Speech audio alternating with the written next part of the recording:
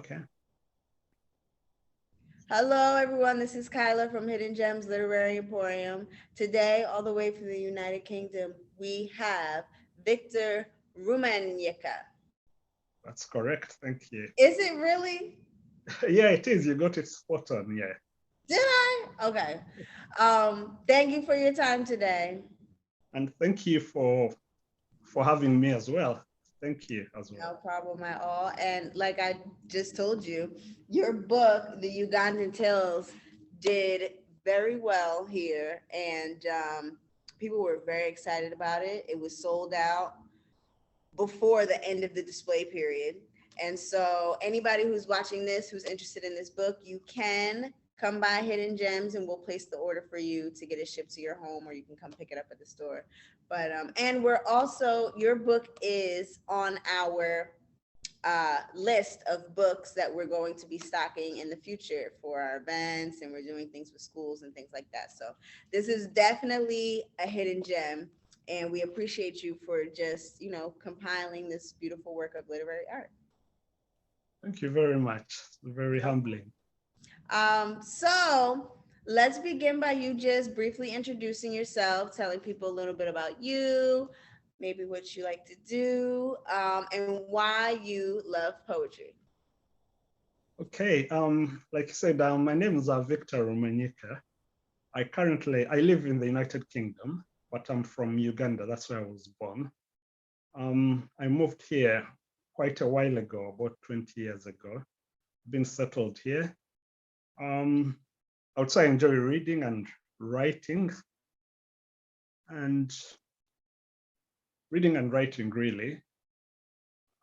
I do a bit of sport, play lawn tennis. Yeah, and I think that's about it. I don't know. I can if there's Okay. much more to add. Yeah. I used to play tennis too. Um, Okay. yeah, when I was younger. Okay, poetry. Let's talk about poetry. Have you always written poetry as a child, or was it something that you came into at a certain point in your life? No, not really. I've not always written poetry. I don't know how to explain it. It's actually been a journey to get to writing this book here, the Ugandan Tales. Um, as a child, I think I did read. There wasn't, I would describe myself probably as a child of the 80s. I wasn't born in the 80s, I was born in the 70s, but growing up was in the 80s. That's in Uganda. We didn't really have many books available, or magazines or newspapers and things like that. So I do remember we probably had, I don't think in the whole country, anything, 3, 4 newspapers which are sold on the street. So that's really what I grew up reading, what I knew, because I think there was Soccer World, which was about football, really. There was another one, Weekly Topic. There was another one, it was in a local language called Munansi, I think, which isn't a language that it's a language that I spoke, but it's not my native language, but I ended up reading it as well. So that's the kind of environment I grew up in. So I read what was available.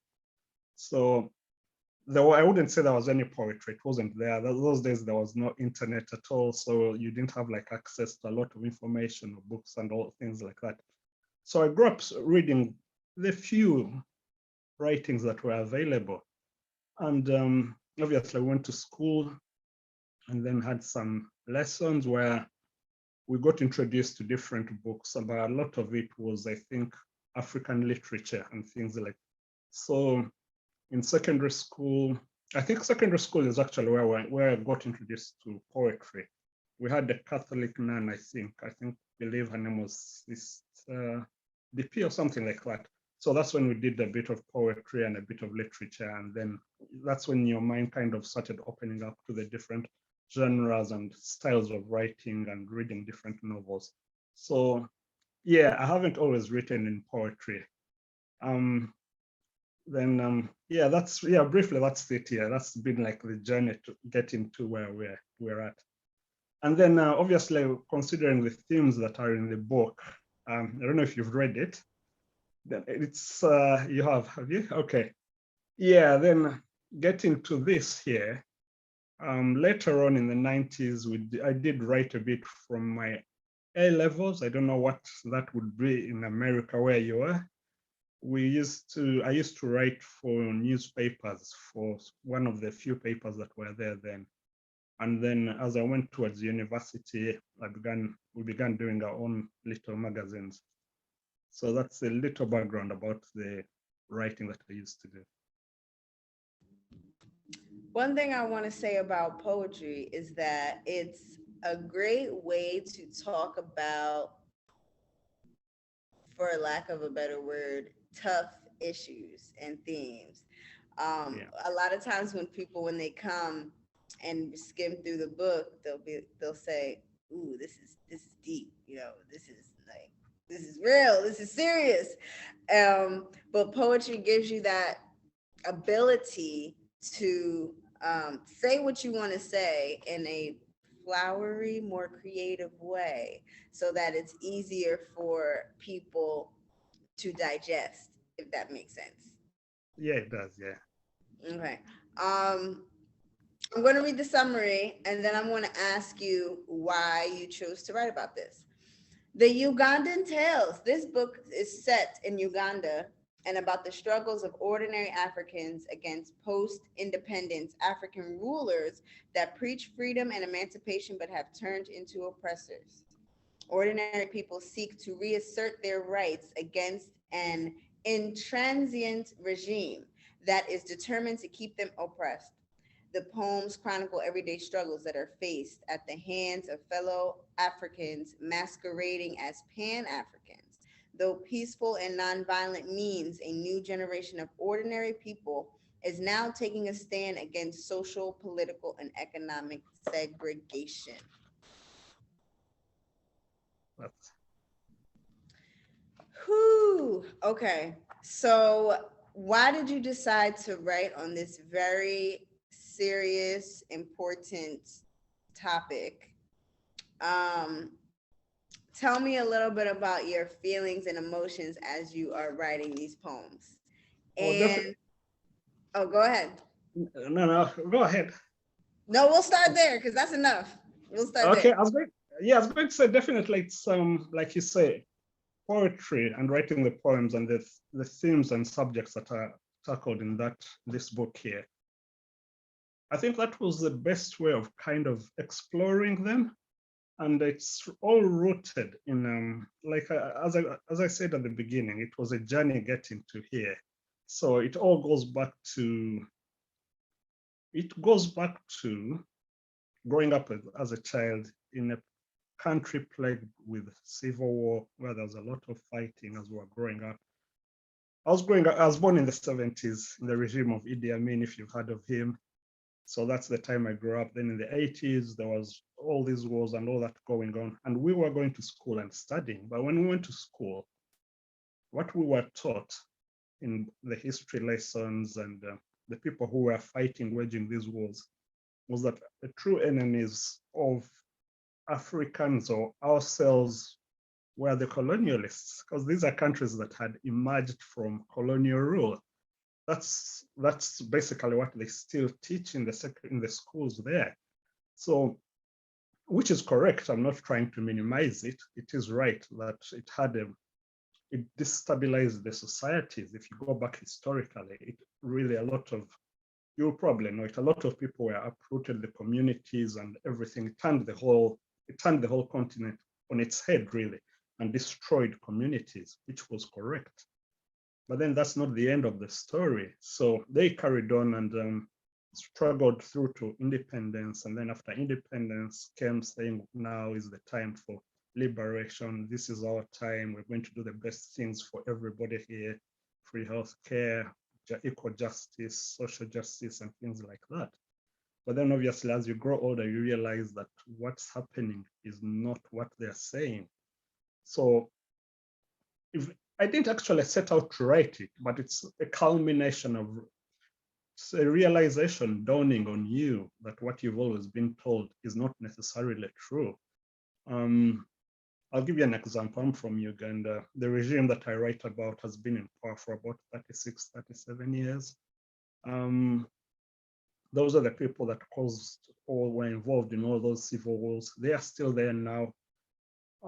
basically we were fed a lie, and a lot of people have lost their lives and things like that. And I would say the social services, the social care, the hospitals, the education.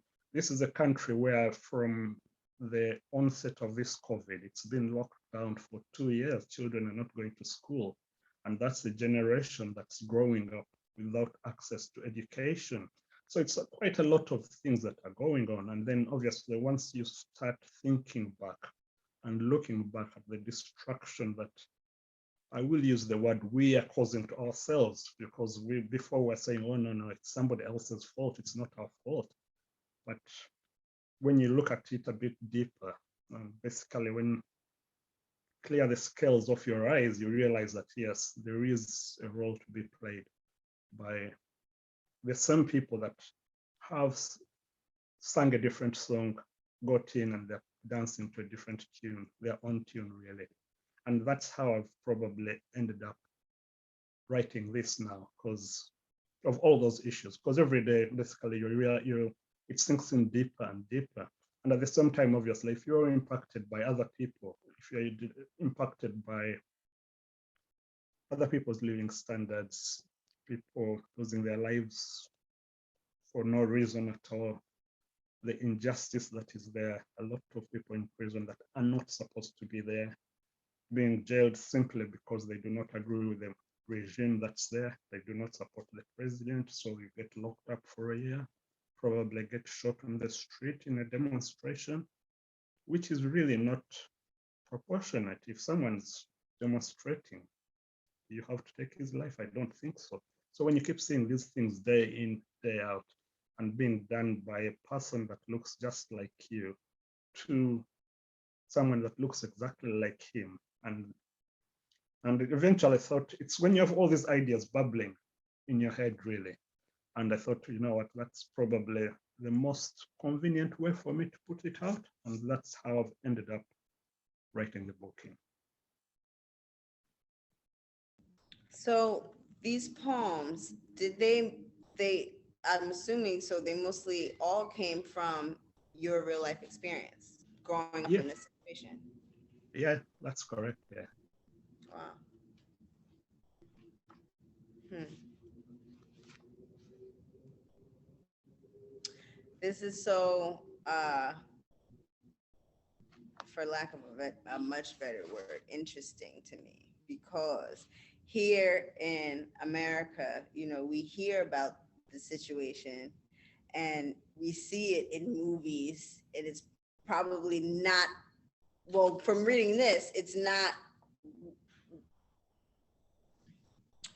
This book does a great job of giving you the perspective of someone who's actually living that experience as opposed to watching the movies or even like you said, sometimes in school they don't tell you the whole story about Yeah. history, whether it's there, here, or anywhere. And so that's why it's so important for us to publish our own stories so that we can say, look, I've lived this. There are people in Uganda still living this, is what you're saying, right? Yeah, that's correct. Yeah. And also there isn't a lot of, it's not just, you can, I'll probably use Uganda as a summary or microcosm, basically, as an example. It's not just Uganda, it's all over Africa. It's not just, but I'm using Uganda because that's what I know. If you spoke to, or if I spoke to someone from probably Zimbabwe or Nigeria or Sudan or Somalia, it will be the same story. It's the same story across the continent.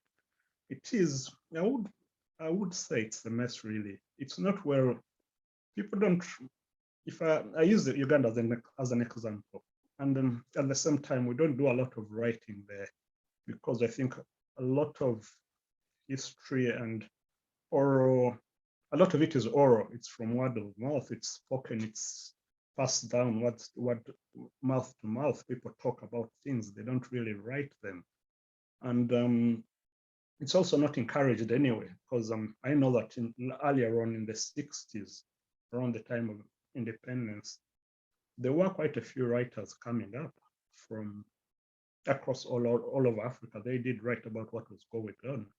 And then that kind of fizzled down in the 70s and as you go into the 80s. And that's not because there are no people there, but it's because the space isn't there. The kind of, there are repercussions for writing. You don't get up and start writing what you see or the reality. Everyone knows it's going on, but nobody says it. You don't dare say it because you will, many have ended up in exile, some have paid with their lives and things like that. So and there's a lot of, if I use Uganda, there's a lot of self-censorship as well. Many people, those who you'd expect to write about it, have probably been co-opted by the regime or employed by the government and things like that. So if there's someone there reading what I've written, that one wouldn't surprise them. It would actually, what would shock them is that you've actually written it and I've been told, oh, why are you bothering? Why do you write it? But at the same time, why shouldn't you? So yeah, it's a journey. That's how I've got there, I would say.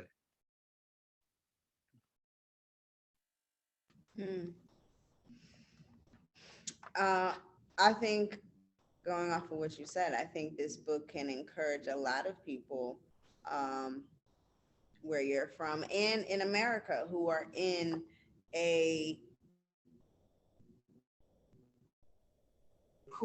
situation, whether it be familial or socioeconomic or physical uh, state of mind or body or spirit, where they feel trapped or afraid or confined, to use the power of the pen and the power of the tongue to share their story and inspire others. And I just flipped open to a poem called Expired. Can I read it, please? Yes, please. Yeah, go ahead. I Yeah. just flipped open to it. Um, okay, this is called Expired. It's on page 45. You have nothing more to offer to the relentless society anymore. You raised schools located in prime locations and replaced them with fancy malls. Built by dodgy investors whom you allocated the land for free. You have nothing more to offer to the restless society anymore. You expelled them from customary land and seek to abolish the Malo tenure system. You grieve clans and elders. You have nothing more to offer to the restless society anymore. You create segregation within a restless society with discriminatory policies that alienate you from society. I was just on the phone talking with someone about this minutes before this interview. This is happening all over the world. Expired. Mm. What would you say? And I can't pick, I can't answer this question, but I'm going to ask you. Yeah. What would you say is one of the most prominent poems from this book? Or two or three, if you can't choose one. I cannot Okay. answer the question, so I'm just wondering if you can. Okay. I think one of the reviewers picked. Let me have a look quickly. Take your time. There is one called "Rape of a Nation." That's page 123. Okay, let's go there. It's quite a bit. It's a bit long, but it's Okay, here it is. Okay, so why would you pick that one? It's from the feedback I've got from a few people who've read the book and reviewed it, and they are not even from the same background as myself. And I think it's kind of a summary, or it provides a historical context of what we've been talking about and how of the whole journey of the nation And it goes back to from pre-colonial days right up to what's going on at this time. So it's I think it's a summary really for somebody who probably hasn't read the whole book or would give them an inkling of what's in the book, I think. History is so important. And Yeah. I love how in your poetry you can there's a lot of historical references. If people who know history or, are aware to what's going on in this world, there's a lot of things that you can pick from these poems and go deeper into historical studies. Like this poem, Days of 1984. I flipped open to another poem I want to read. I picked page 36 because my son was born on March 6th. And it's Okay. called Dawn of Darkness. And then you have a note here that says journalist Ashraf Kasirai injured during campaign trail. I don't want to read that poem because I want people to buy the book and I don't want to read too many poems. But why don't you just tell us a little bit about that poem and why you decided to include it in the book? We'll do that. Okay. It'll be good. You can read it, I think. It's Really? Okay. yeah, I'll tell you about it, but you can read it. It's fine. Okay. I'll read Yeah. it first.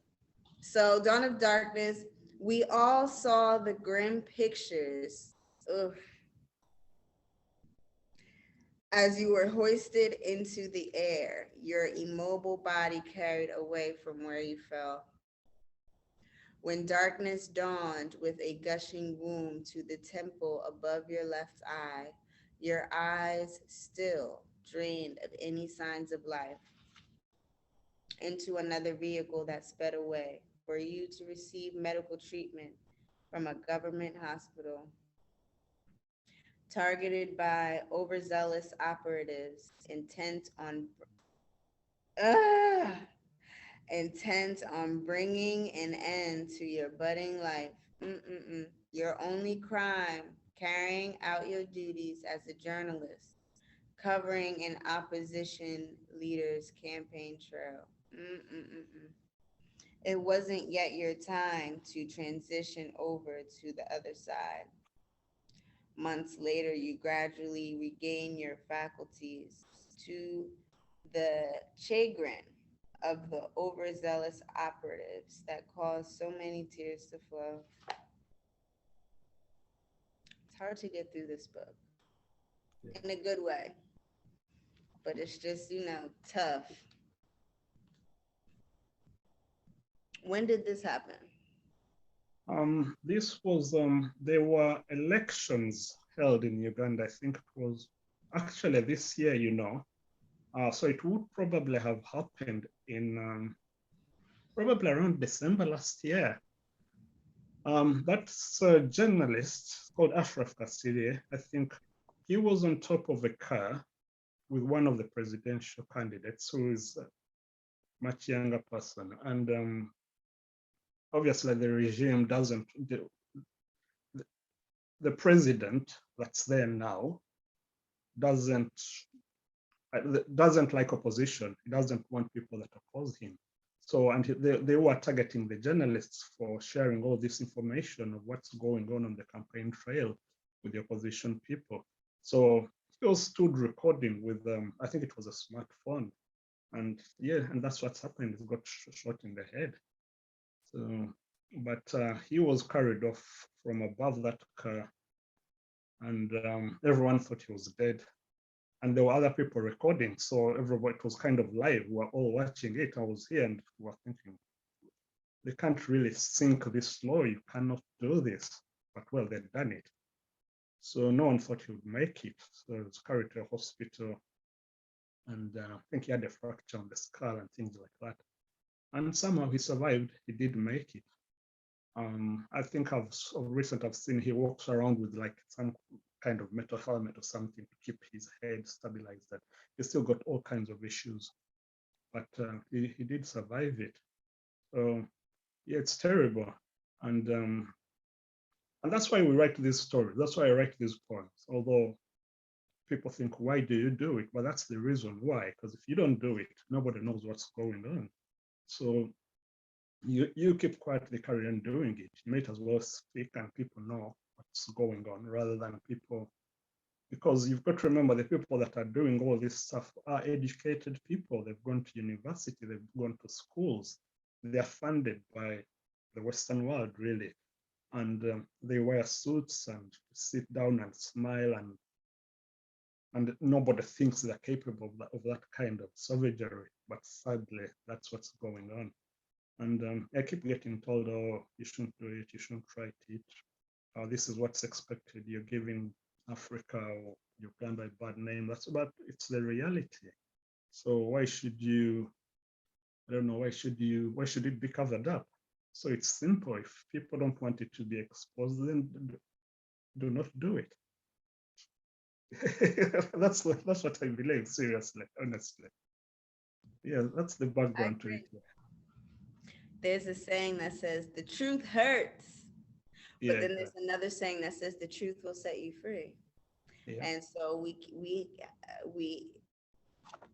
when there's things going wrong in our communities, in our families, and in our neighborhoods, we need to put it in the forefront, because otherwise it will continue to fester and the roots will continue to grow deeper and deeper into the soil. It'll be harder to pull up that weed. But if you just pull it up as it starts to grow, then you can address the problem. And you can't just clip the leaves because the roots are still in there. You have to pull it up from the root. that's true. That's true. I agree with you. Mm-mm-mm-mm-mm-mm.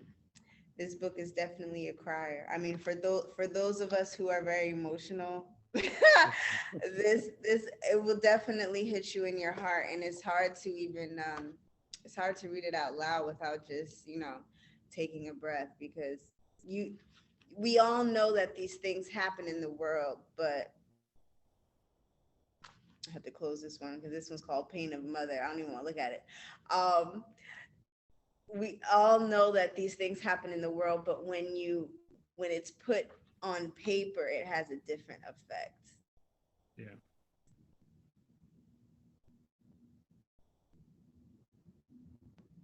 Ooh, okay. I read it. I had to. Pain of a Mother. I had to read that one. Okay. Um, will you be producing more books in the future? Yes, I will. Yeah. I am. Well, I'm working on a book at the moment. I think it's a work of fiction. It's a fictional narrative that I'm working on. So hopefully I should get that done maybe this coming year or something like that. I do enjoy writing. Like I said from the beginning, it's when you've got all these things going on in your head, I think it's a good way of letting them out. And as I said earlier, there's not a lot of writing that comes out of from Uganda or out of East Africa. I think so at some point someone described it as a literary desert. That was in the 60s, and not much has changed. So I think, yeah, I'll just keep writing, and hopefully if someone else can read the same things as well, read the books and get inspired and probably put something down in writing as well, that would be good. That sounds great. And you are a phenomenal writer. And I'm sure that this book of fiction will be absolutely beautiful. And we look forward to hopefully having it in our store here as well. I Thank think you. everybody will be happy to know that you are back in the store with another book, but no pressure. Everything happens in its time. Um, Question: where can people connect with you if they want to ask you any questions about the book, give you some feedback? Oh yeah, I'm on Facebook. So I've got a Facebook page which is on my name's Victor Rumanyika. That's Victor, and surname Rumanyika, Rumanyika. I've got a I've got a website, www.victorrumanyika.com. I think I'm on Twitter as well as Rumanyika, Instagram, yeah, Instagram, Twitter, Facebook, and the website as well. Yeah. And they can send an email as well. Okay. And we'll put your information in the description of this video so people can connect with you. Um, if anyone watching this video is interested in the Ugandan Tales, please come by Hidden Gems Literary Emporium. We're at 55B Moore Street in New Brunswick, New Jersey. We can also place an order for you if you give us a call at 609-361-4331. Or I'm sure they can go to your website too, right? Yes, they can, yeah. Okay, or you can go to his website. We place a priority on supporting independent authors because we know that your stories are important, and we want to strengthen the fabric amongst the reading and bookish community so that our authors don't feel like they have to be reliant on Amazon or Barnes and Nobles to get their book on a platform. So that's one of our goals here. It's very good. And thank you for the work that you're doing as well, because I think I've seen you on Facebook. You do a lot of community work and spreading the books. You and Raymond, and Raymond and Truth as well. Yes, So I thank was you. gonna say, don't forget little goobs. Yeah, Yeah. it, we we feel as though money should not stop people from having access to essential things like food, water, clothing, and education. So, when people buy books from independent authors, we let them know that the money is going towards creating this platform for independent authors to, sustain themselves so that it's not so much of a financial burden for authors to put their stories out there and see profits coming in and things like that. We also do 1,000 free book tours. We're doing free book festivals starting next spring, and your book is one of the books on our list of books to be sponsored. So we're looking for sponsors for this project because we have a list of books, including this one, that we want to purchase 100 or so copies of so that we can pass them out for free. So that way you get paid for your work and the child doesn't have to pay to get this beautiful literary art piece. So those are some of the things that we're working on. But just keep us in your thoughts and prayers. And thank you again so much for this. Everyone who hears the sound of my voice needs to read this book because it is literally just it's I've never read a poetry book like this one, and this is definitely one of the books that you want to keep passed down to your children. So Truth will be reading this, and everyone has books on their shelves that they pass down and pass down and pass down. People who love books like how we do, they pass them down and things like that. So this is definitely a keepsake, and I'm happy to have one. Thank you very much. No problem. Thank you again for your time, and we'll speak again soon. Thank you. No problem. Have a great day. Have a good evening as well. Okay. Bye-bye. Bye.